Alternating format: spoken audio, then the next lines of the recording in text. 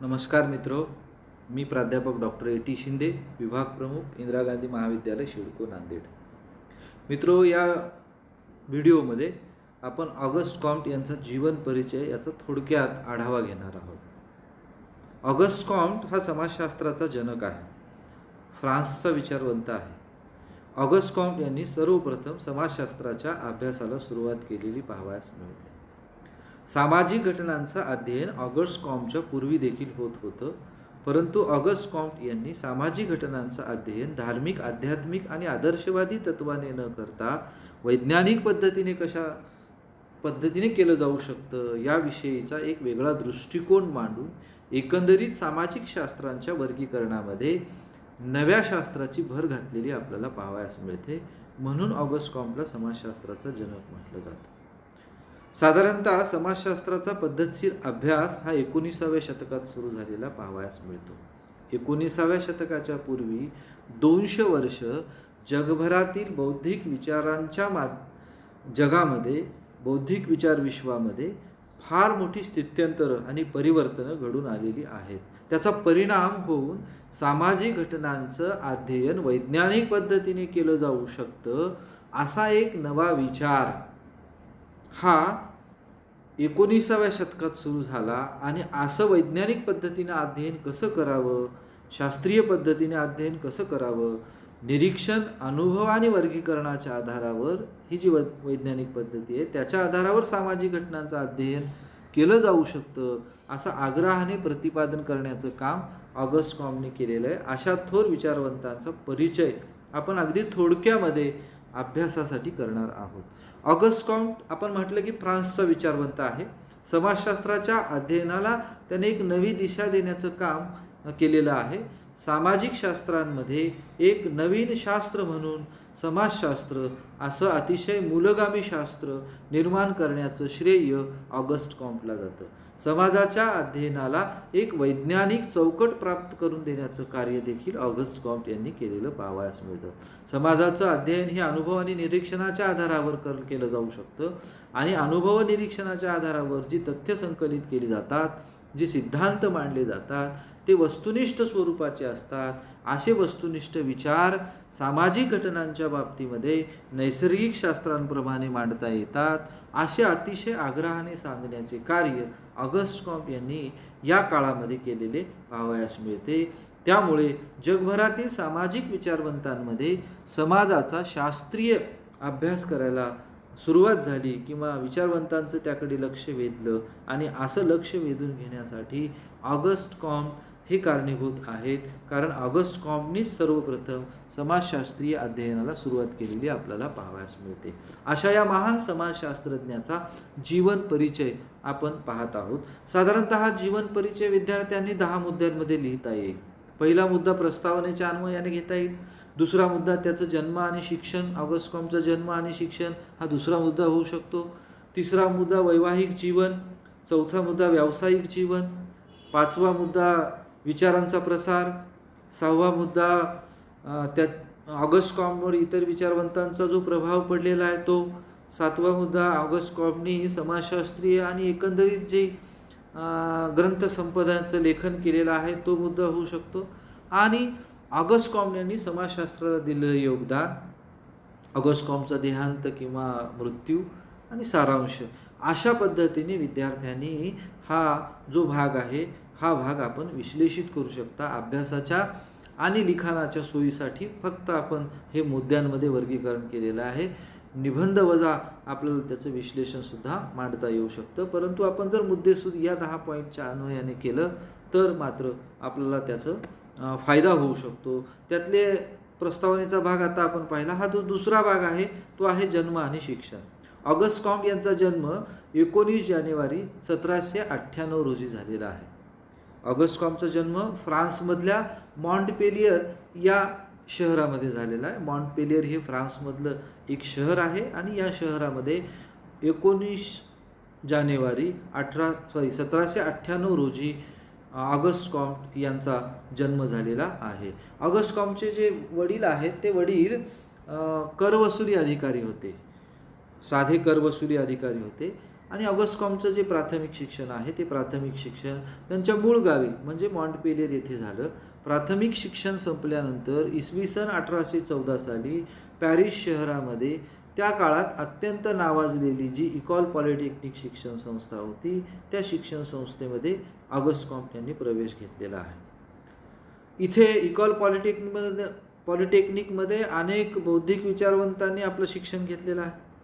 इथे ऑगस्ट कॉम्टला उच्च शिक्षणासाठी प्रवेश मिळाला, परंतु 2 वर्षानंतर इकॉल पॉलिटेक्निक ही संस्था बंद पडली. त्यावेळेस ऑगस्ट कॉम्टचं वय साधारणतः 18 वर्ष होतं आणि यावर्षी मग इकॉल पॉलिटेक्निक संस्था बंद पडल्यामुळे ऑगस्ट कॉम्ट यांनी पॅरिस येथेच गणिताचा शिक्षक म्हणून काम करायला सुरुवात केली.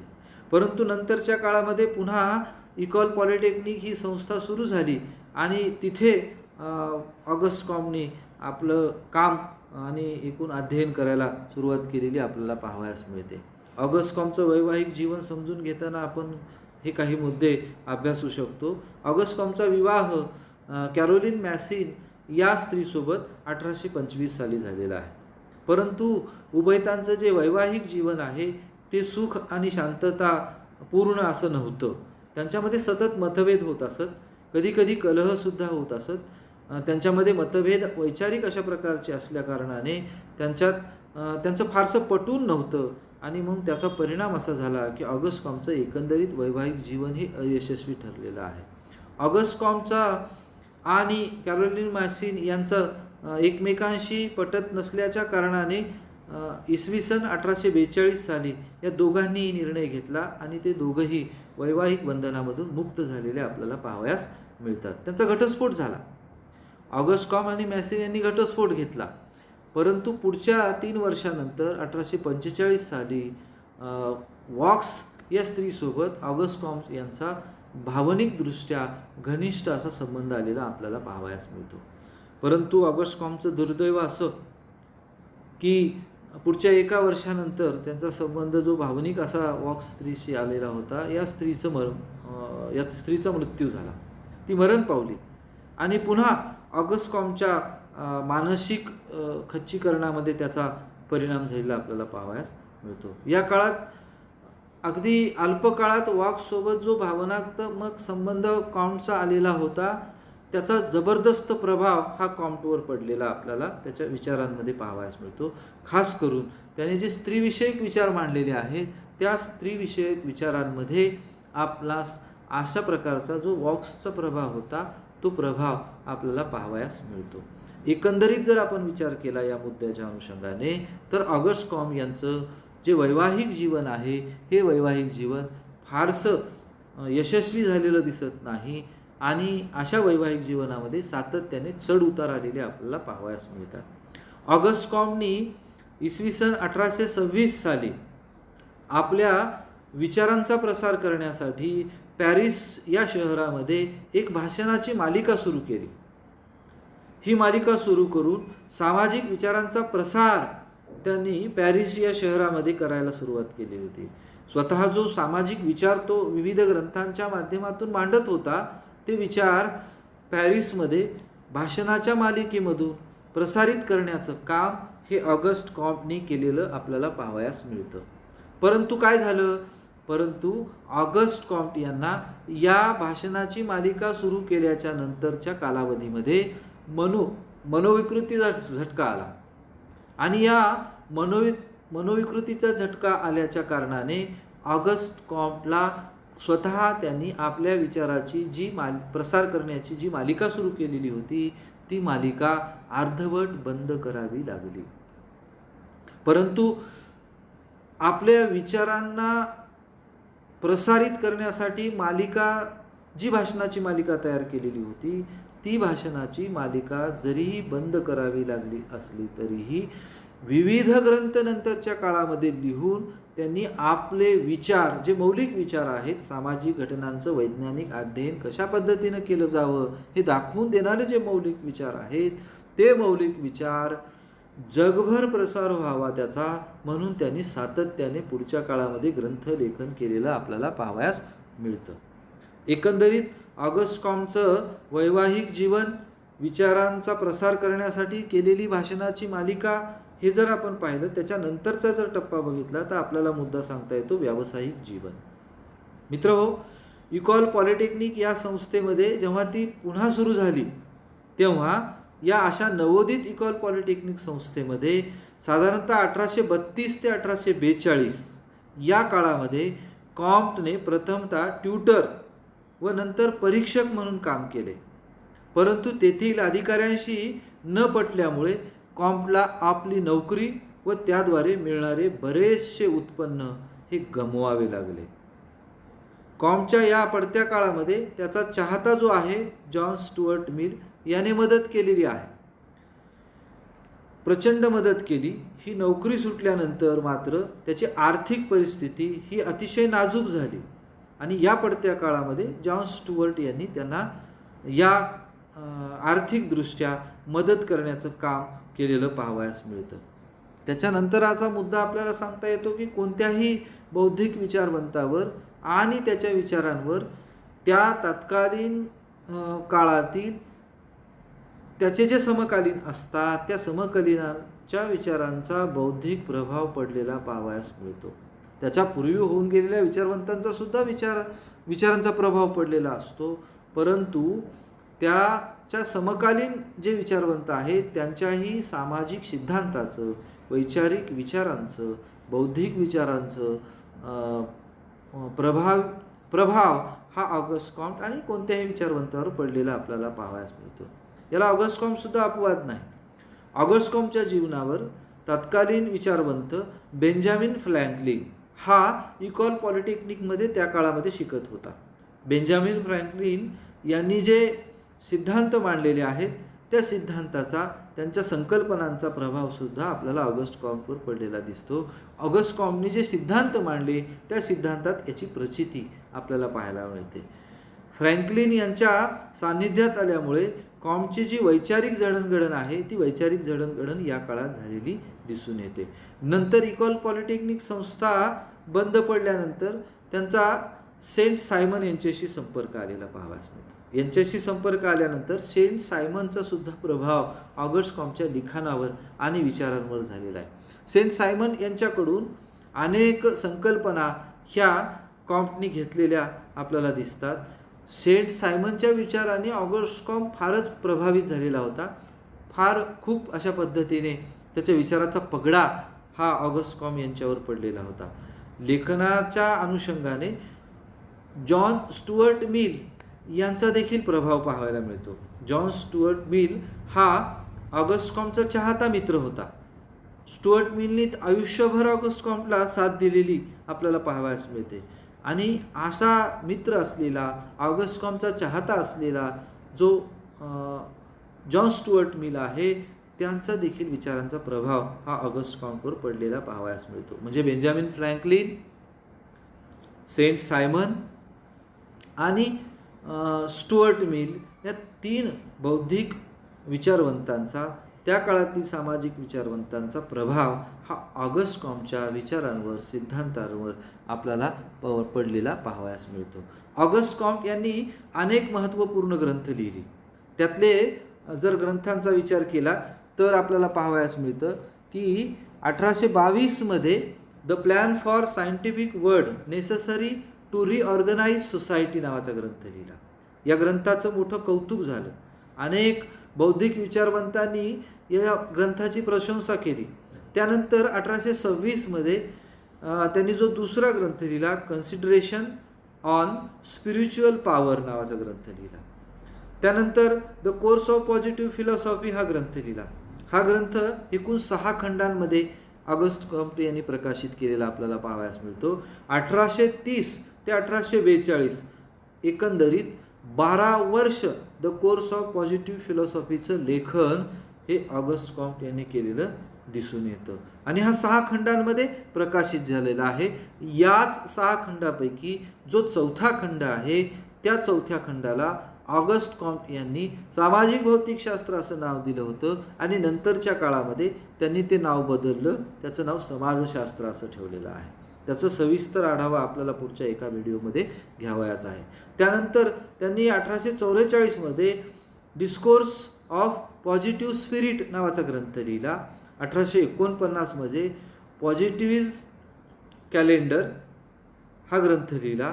सिस्टम ऑफ पॉझिटिव्ह पॉलिटी हा 1851 मध्ये त्यांचा ग्रंथ प्रकाशित झाला. आणि पॉझिटिव्हिस्ट लायब्ररी हा 1852 मध्ये ग्रंथ प्रकाशित झाला. आणि सिस्टम ऑफ पॉझिटिव्ह लॉजिक हा 1856 मध्ये त्यांनी ग्रंथ लिहिलेला आपल्याला पाहायला मिळतो. एकंदरीत या ग्रंथांचा जर आपण विचार केला तर खूप सामाजिक विचारांच्या अनुषंगाने मौलिक अशा प्रकारचं सैद्धांतिक आणि वैचारिक वैज्ञानिक लेखन या ग्रंथांमधून ऑगस्ट कॉमनी केलेलं आहे, जे भविष्यात समाजशास्त्राचा अभ्यास करणारे विचारवंत शास्त्रज्ञ आणि अभ्यासक आहेत. बौद्धिक अशा क्षेत्रामध्ये जे स्वतःचं नाव लौकिक करू पाहतात त्यांना या ग्रंथांचा आधार घेतल्याशिवाय पुढे जाता येणार नाही, हे आपण लक्षात घेतलं पाहिजे. त्यानंतरचा भाग जो आहे समाजशास्त्रामध्ये ऑगस्ट कॉम्ट यांनी दिलेलं योगदान. आपण म्हटलं की ऑगस्ट कॉम्ट यांनीच समाजशास्त्राचा उदय केलेला आहे, किंवा ऑगस्ट कॉम्ट यांनी समाजशास्त्र हा शब्द सर्वप्रथम वापरलेला आहे. म्हणजे ते ऑगस्ट कॉम्ट हे समाजशास्त्राचे जनक आहेत असं आपल्याला म्हणता येतं. इसवी सन 1839 मध्ये सर्वप्रथम हा शब्द वापरला. आत्ताच आपण म्हटलं की the course of positive philosophy या ग्रंथामध्ये त्यांनी 4थ्या खंडाला सामाजिक भौतिकशास्त्र असं नाव दिलेलं होतं.